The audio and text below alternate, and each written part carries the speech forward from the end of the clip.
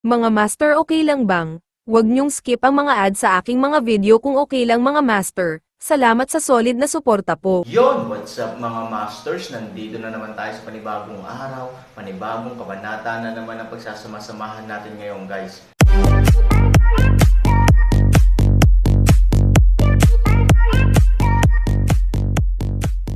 Bali mga masters, kung bago ka pa lang po sa aking YouTube channel, please click the subscribe button, lalong-lalo na po yung notification bell guys, para maging connected pa rin tayo sa isa't isa at maging updated kayo sa mga susunod ko pang video. Bali mga masters, bago natin umpisahan ng kwento ay mag-shoutout po muna tayo para sa mga solid nating tagapakinig. Shoutout kay Rupino Nabal, shoutout kay Jay Ilacas. Yun na nga mga masters, no? Bali hindi na ito patagalin. In 3, 2, 1, let's go! Nagkatinginan ang dalawang tao, paanong hindi sila makapag-isip? Gayunpaman, natural na hindi sila makapagsalita dahil sa mukha, ngunit sabay silang tumingin sa Aaron. Mukhang ayaw mong malaman. Buti din. Ayokong sabihin. Malamig na ngumiti si Aaron. Anyway, iba ako sa iyo. Hindi ako rumaw o umiinom ng dugo. Nauuhaw ako at hindi makahanap ng lugar na maiinom ng tubig. Ikaw, Jadefish Shirichinot. Walang mas magandang lugar para sa maltong si Zun, ibig sabihin, ang kanyang lakas ay lubhang nasira ngayon, kung hindi man ay talagang gusto niyang kainin ang karne ng lalaking ito at inumin ang dugo ng lalaking ito. Nakakapuot talaga, mas masaya ito kaysa sa kanya. Ako, anong problema ko? Hinala silang tiningnan ni Aaron, tinanong kita kung gusto mong malaman. Hindi ka pit sound. Kung hindi ka pit sound, paano ko malalaman kung gusto mo? Kung gusto mo, magsalita ka na lang. Damn it, Jadefish ang mukha ni Shire ay asol. Siya at ang Ghost Zone ay parehong sikat na matatanda sa pamilya ng demonyo. Sa mga karaniwang araw, kung sino ang nakakakita sa kanila ay hindi magalang at magalang, ngunit ngayon sila ay tinutokso ng hindi kilalang batang lalaki, una sa taktika, at ngayon ito ay isang pandiwang biro. Paano hindi magagalit? Pero paano ang galit? Nagalit si Ghost Zone at nagdikit ang ngipin. Kahit ang Jadefish na si Shire ay naririnig ang alitan ng kanyang mga ngipin sa likod. Nang maglakas loob silang magalit, hindi man lang sila nang ahas na magsalita. Dahil at least ngayon, mas curious sila sa solusyon. Hindi masyadong gumamit ng pangungusap para ilarawan ito. Well, you're cruel. Gusto naming malaman. Pagkatapos nilang magtinginan, nagkasundo sila at sinabi kay Aaron. Kung gusto mong malaman, sabihin mo lang. Kung hindi mo sasabihin, hindi ko alam. Ngumiti si Hansani, gayunpaman, gusto mong malaman kung ikaw iyon. Gusto ko bang sabihin na ako ito? Ayokong sabihin ngayon. Sa sandaling bumagsak ang mga salita, si Jade ay humarap kay Shire at ang maltong si Zun ay itinadyakan ang kanilang mga paa ng pag-alit at bumagsak sa lupa. Maging ang lalaki sa malayong motorcade ay naikuyom ang kanyang kamao at pinalo ang kanyang dibdib, napuot talaga ang batang Terran na ito. Dear to our Jadefish Shire and future uncle. I think he's very interesting. Sa kurtinang perlas, ngumiti ang pitong prinsesa. Bagamat may magandang momentum ang pamilya ni Pei. Gusto nila ng bundok at tubig. Napakaraming kayamanan sa mundo at hindi ito magagamit ng kanilang mga tao. Mukhang ang pamilya ng mga immortal, ngunit sa katunayan, ang lahat ay nabubuhay sa ilalim ng sagnay na ito. Para sa mga nakatatanda, noon pa man sila ay gumagalang at hindi sumusuway, lalong laman din ng ganito. Ang estilo ng Aaron ng pangahas na magsalita at maglaro, kahit man lang sa buhay ng pitong prinsesa, inaabangan niya at gusto niya, ngunit hindi siya nang ahas na maglaro ng ganito. Ngayon, nakikita ang Aaron na ganito, medyo kawili-wili siya. Mabaho boy, huwag kang masyadong lalayo. Malamig na sigaw ni Jadefish Shire. Bagamat sabik siyang malaman, napakaraming tao ang nanunood dito, at ang mga taong mula sa pamilyang Pei ay nakatingin sa malayo. Ayaw ba niyang mawalan ng mukha? Sobra. Malamig na tumingin sa kanya si Aaron, kahit na may bakas ng kalupitan sa kanyang mga mata, bakit hindi mo naisip na sobra nang magsalita ka laban sa akin noon? Ngayon, kung may sasabihin ako, sa tingin mo ay malalayo na ako. Malamig na sabi ni Aaron. Sa madaling salita, diretso sa puso ko. Sa katunayan, kung hindi nila hahamakin ang Aaron sa simula, paano nila magiging pabaya at minamaliit ang kalaban sa pamamagitan ng operasyon ng Aaron, para magkaroon ng ganoong kalaking espasyo at pagkakataon ng Aaron na atakehin ang gate ng buhay ni Ghost Zone, pero madalas ganito ang mga tao, mahirap sabihin na kaya ng iba at sinasabi ng iba sa sarili nila, puno ng kalokohan, ayokong makakita ng katulad mo.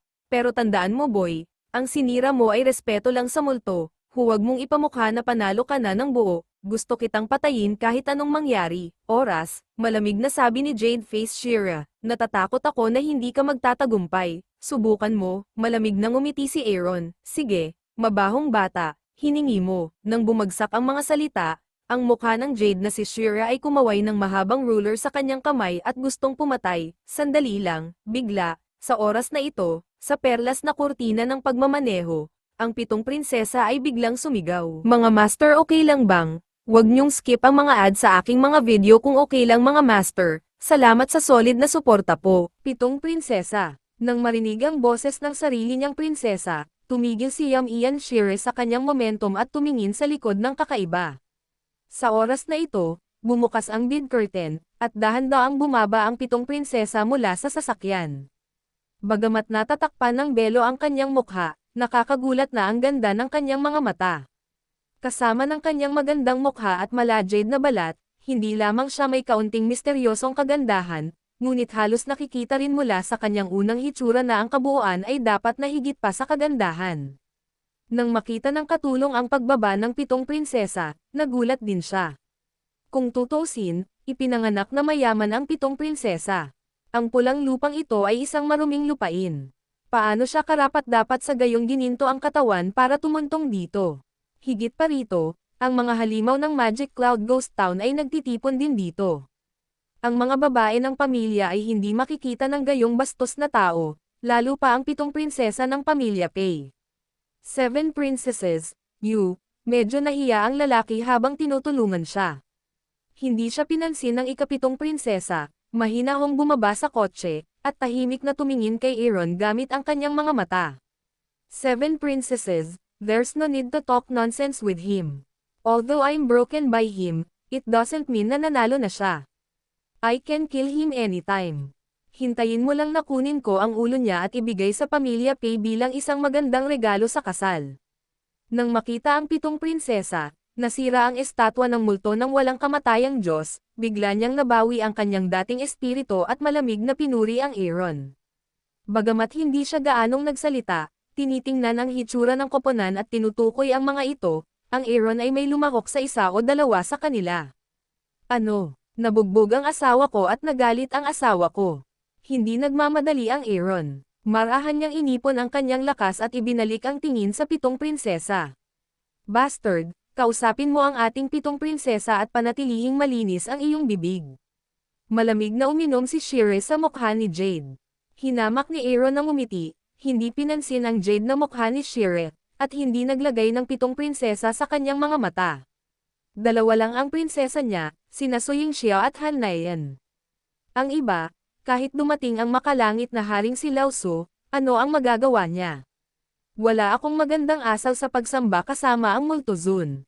Hindi ako mag-asawa, hindi naman nagalit ang ika-7 prinsesa. Sa tulong ng isang grupo ng kanyang mga tauhan, dahan-dahan siyang naglakad patungo sa gitna ng larangan ng digmaan. Ang pulang lupa ay basa-basa. Ilang hakbang pa lang ay puno na ng itim at pulang dumi ang puting sapatos ng 7 prinsesa. Gayunpaman, wala siyang pakialam. Napapaligiran ng isang grupo ng mga tao at binati ng multong si Zun, dahan-dahan siyang lumapit sa gilid ng larangan ng digmaan. Matapos tingnan ng Aaron, malumanay siyang ngumiti, "The reason why I want you to wait is that Princess Ben wants to discuss something with you." Sabihin mo, mahinahong sabi ni Aaron. Hindi ko alam kung anong gamot ang ibinebenta sa 7 prinsesa lang. Paano kung makipagpustahan sa iyo? Mahinahong sabi ng ika-7 prinsesa. Sa sandaling marinig niya ito, agad na huminto ang multo na si Zun, 7 prinsesa, ikaw ay isang gininto ang katawan. Ang pakikipag-usap sa isang masamang lahi ng tao ay nabawasan ang iyong halaga. Bakit ka dapat tumaya sa gayong tao? Tumango rin si Ian Shire at sinabing, oo, 7 prinsesa, may punto si Kuya Guizan. Mabuti pang bumalik ka sa sasakyan at hintayin akong maglinis kasama siya.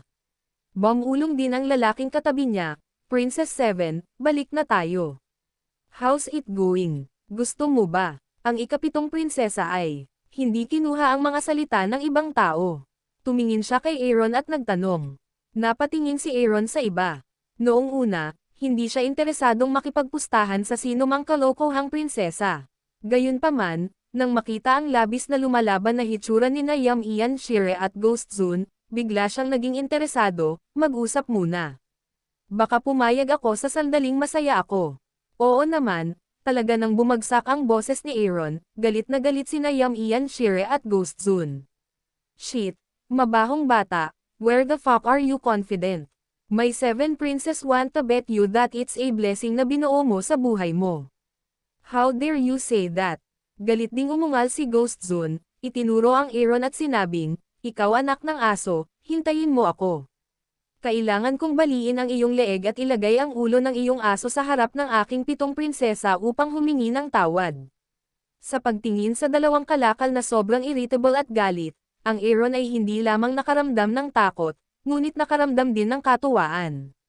Nag-aatubili siyang umiling, tumingin sa 7 prinsesa at sinabing, sabi ko, maaring pumayag ako kapag maganda ang kalooban ko, pero ngayon nagsimulang mag-away ang dalawang ito, napakalungkot ko, kaya hindi mo na kailangang sabihin mo pa, hindi ko gagawin.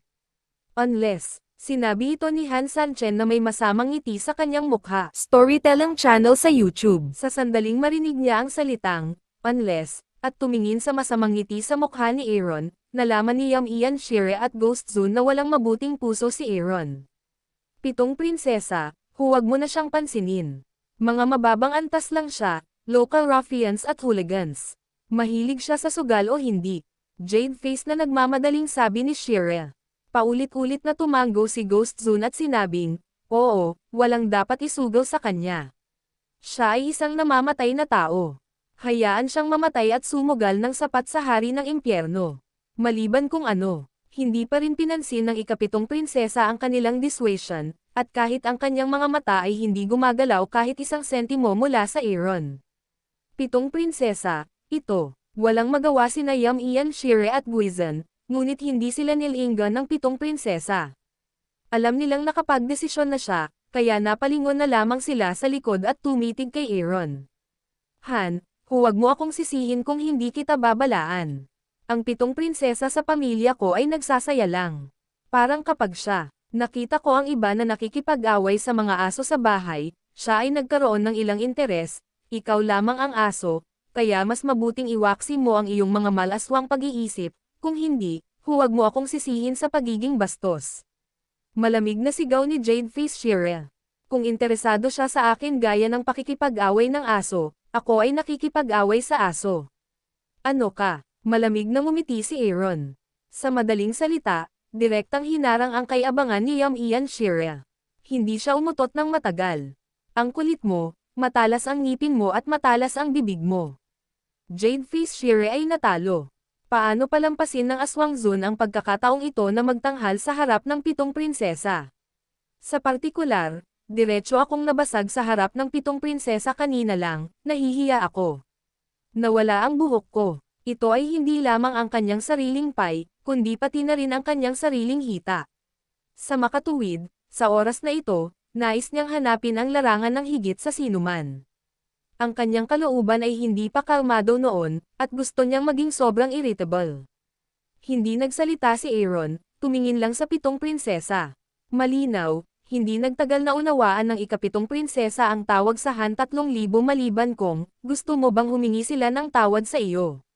Tumango si Aaron, hindi ba dapat maging mahinahon tayo kapag pinag-uusapan ang mga transaksyon?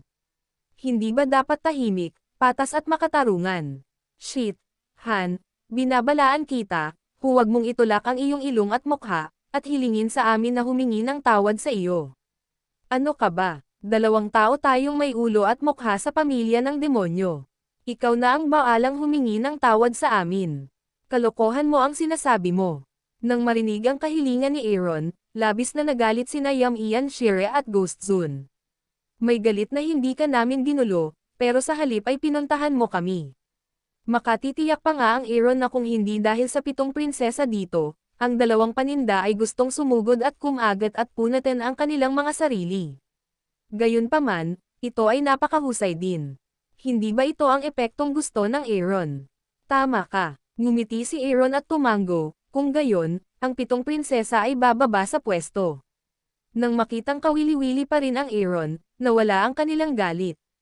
Nang gusto nilang hilingin sa ika-7 prinsesa na umalis muna dito, nakita nilang lumingon sa kanila ang ika-7 prinsesa. Bigla silang nagkaroon ng napakasamang premonition. Oo nga, sa sumunod na segundo, dahan daw ang ibinuka ng ika-7 prinsesa ang kanyang bibig, ano pa ang hinihintay mo? 7 prinsesa, ano ang pinagsasabi mo? Gusto mo humingi ako ng tawad sa kanya? Huwag nating sabihin na isa lang siyang ibon sa ating kulungan. Kaya niyang kontrolin ang buhay at kamatayan niya.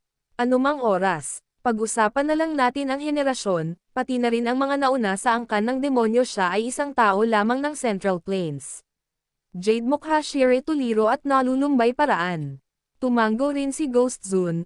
Oo, 7 prinsesa, kahit na ang pamilya ng demonyo, ay palaging alipin kapag nakikita nila tayo, hindi banggitin ang taong ito. Hindi mo ba ako naririnig o ayaw mo akong marinig? Malamig na sabi ng 7 prinsesa. Nang makitang hindi natutuwa ang 7 prinsesa, bumabara sa lalamunan nila ang nais pa nilang sabihin. Nakatingin lang sila sa isa't isa nang walang magawa. Pagkatapos ay sabay silang lumingon at sinabi sa Aaron sa likod nila, ngayon lang, medyo walang ingat. Ang mga salita ay nahulog, 2 tao ay hindi ibinaling ang kanilang mga ulo sa isang tabi, ngunit hindi nila gustong makita ang Aaron pa. Ngayon, dapat kang makontento. Ghost Zone said in a depressed and cold voice. Sandali lang. Sa oras na ito, muling ibinuka ni Aaron ang kanyang bibig. Nang lingunin siya ng mga ito at tingnan ang masamang ngiti sa kanyang mukha, ang oras ay lalong nanlumo. Yun na nga mga masters, no? Bali panibagong kabanata na naman yung natapos natin ngayong gabi. Muli, maraming salamat po talaga sa walang sawang suporta po sa aking YouTube channel na talagang inaabangan nyo po ang bawat upload ko po. Bali mga masters, magkita-kita ulit po tayo bukas ng gabi at ngayon po ay magpapaalam po muna tayo. Bali mga masters, bye-bye!